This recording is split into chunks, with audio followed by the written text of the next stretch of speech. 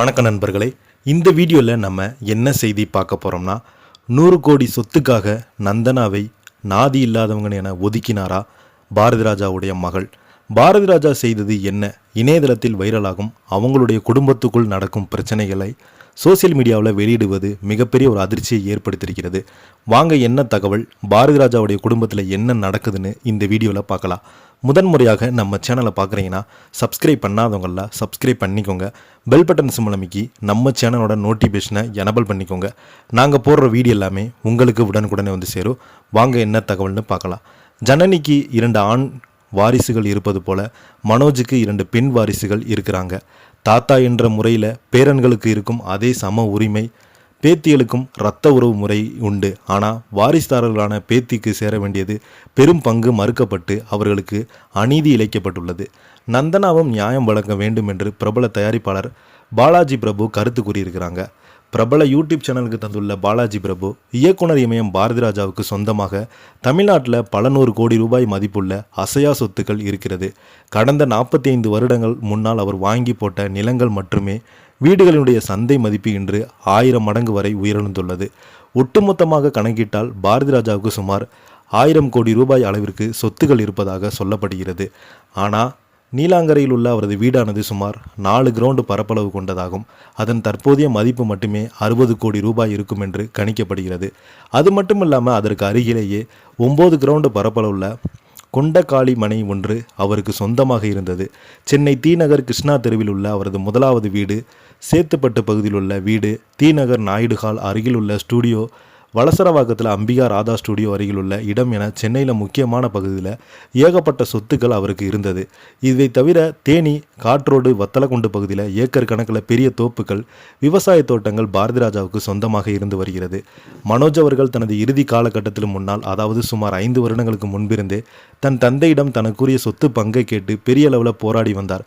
தனக்குரிய சொத்து பங்கினை தனியாக கொடுத்து விட்டால் வாழ்க்கை முறை தானாக பார்த்து கொள்வேன் என்று மனோஜ் தொடர்ந்து உரிமை கோரிய போதிலும் பாரதி ராஜா அதற்கு சில காரணங்கள் மறுப்பு தெரிவித்து வந்தார்.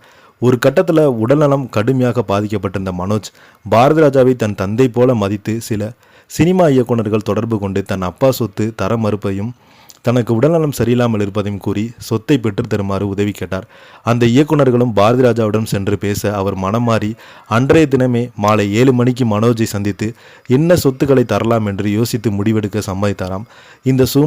இந்த தகவல் மனோஜுக்கு தெரிவிக்கப்பட்ட நிலையில் சொத்து கிடைக்கும் போது மகிழ்ச்சியில் இருந்த மனோஜ் யாரும் எதிர்பாராத விதமாக திடீரென மாரடைப்பு ஏற்பட்டு மரணம் அடைந்தார். மகன் உயிரோடு இருந்த சொத்து கேட்பது போலாம் கொடுக்காம மறுத்து விட்டமோ, இப்போது பையன் இல்லையே என்ற குற்ற உணர்ச்சி பாரதி ராஜாவை வாழ்நாள் இறுதி நரக வேதனையில் ஆழ்த்திருக்கிறது.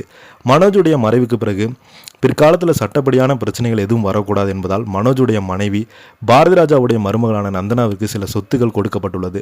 சுமார் 15 முதல் 20 கோடி ரூபாய் மதிப்புள்ள அந்த சொத்துக்களின் மூலம் நந்தனாவிற்கு மாதம் 4 லட்சம் ரூபாய் வரை வாடகை வருமானம் வரும்படி ஏற்பாடுகள் செய்து கொடுக்கப்பட்டது. இந்த 2 சொத்துக்களையும் பெற்றுக்கொண்ட நந்தனாவுக்கு அவரது 2 மகளும் கேரளாவில் குடியேறி வாழ்ந்து வந்தாங்க. கடந்த 8 மாதங்களுக்கு முன்பு 1000 கோடி ரூபாய் சொத்துல வெறும் 15 கோடி முதல் 20 கோடி வரை மட்டுமே கொடுத்துவிட்டு மீதி அத்தனை சொத்துக்களையும் மகள் ஜனனி தான் பெயர் மாற்றிக்கொண்டதால் மருமகள் மற்றும் பேத்திகள் வாரிசு உரிமை அங்கு முழுமையாக மறுக்கப்பட்டுள்ளது. இந்த 1000 கோடி ரூபாய் மதிப்புள்ள சொத்துக்கள் பெரும்பாலானவை பாரதி ராஜாவுடைய மகள் ஜனனி தனது அப்பா உயிருடன் இருந்த காலகட்டத்திலேயே பேசி கன்வென்ஸ் செய்து சட்டப்படி தன் பேருக்கு ரிஜிஸ்டர் செய்து வாங்கி கொண்டாங்களா. இனி சட்டப்படி நம்ம கேட்க யாருமே கிடையாது, ஒன்றும் செய்ய முடியாது என்கிற தைரியத்தில் மனோஜுடைய மனைவி நந்தனாவுக்கு உரிய மரியாதையும் சொத்துக்களையும் தராமல் அவர் ஒரு கீரை போல தூக்கி போட்டுவிட்டு இப்படி அவமானப்படுத்துகிறாங்க என்று சொல்கிறாங்க.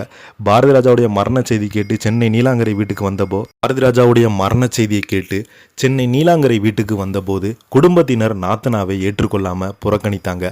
இறுதிச் சடங்கில் நந்தனாவை இங்கே இருக்க விட வேண்டும், அவங்க எதற்கு இங்கே வந்தாங்க என்பது போன்ற வாக்குவாதங்கள் எதிர்ப்புகளும் குடும்பத்திற்குள் நடந்த நந்தனாவை அங்கிருந்து அப்புறப்படுத்தப்பட்டது.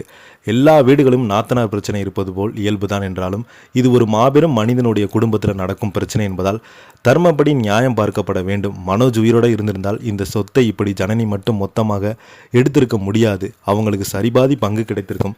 இன்னும் ஒரு படி மேலே போய் நியாயமாக பார்த்தால் இந்த சொத்தை பாரதி ராஜா மனைவிக்கு சேர்த்து 3ஆக பிரித்திருக்க வேண்டும். ஜனனிக்கு 2 ஆண் வாரிசுகள் இருப்பது போல மனோஜுக்கு 2 பெண் வாரிசுகள் இருக்கிறாங்க. தாத்தா என்ற முறையில் பேரன்களுக்கு இருக்கும் அதே சம உரியம் பேத்திகளுக்கும் இரத்த உறவு முறையில் உண்டு.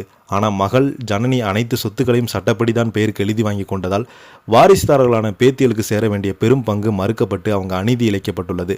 நந்தனாவுக்கு நியாயம் கிடைக்க வேண்டும். நந்தனாவை கேட்க ஆள் இல்லை என்ற காரணத்திற்காக 1000 கோடி சொத்துக்கள் குடும்பத்தில் அவர்களுக்கு இழக்கப்பட்ட இந்த செயல் மனோஜுடைய ஆன்மாவிற்கு செய்யப்படும் துரோகம் என்று பொதுவெளியில் விமர்சிக்கப்படுகிறது என்றெல்லாம் கருத்துக்கள் தெரிவித்து வருகிறாங்க.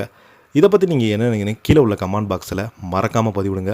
இந்த வீடியோ உங்களுக்கு பிடிச்சிருந்தா லைக் பண்ணுங்கள், ஷேர் பண்ணுங்கள், கமெண்ட் பண்ணுங்கள். நன்றி, வணக்கம்.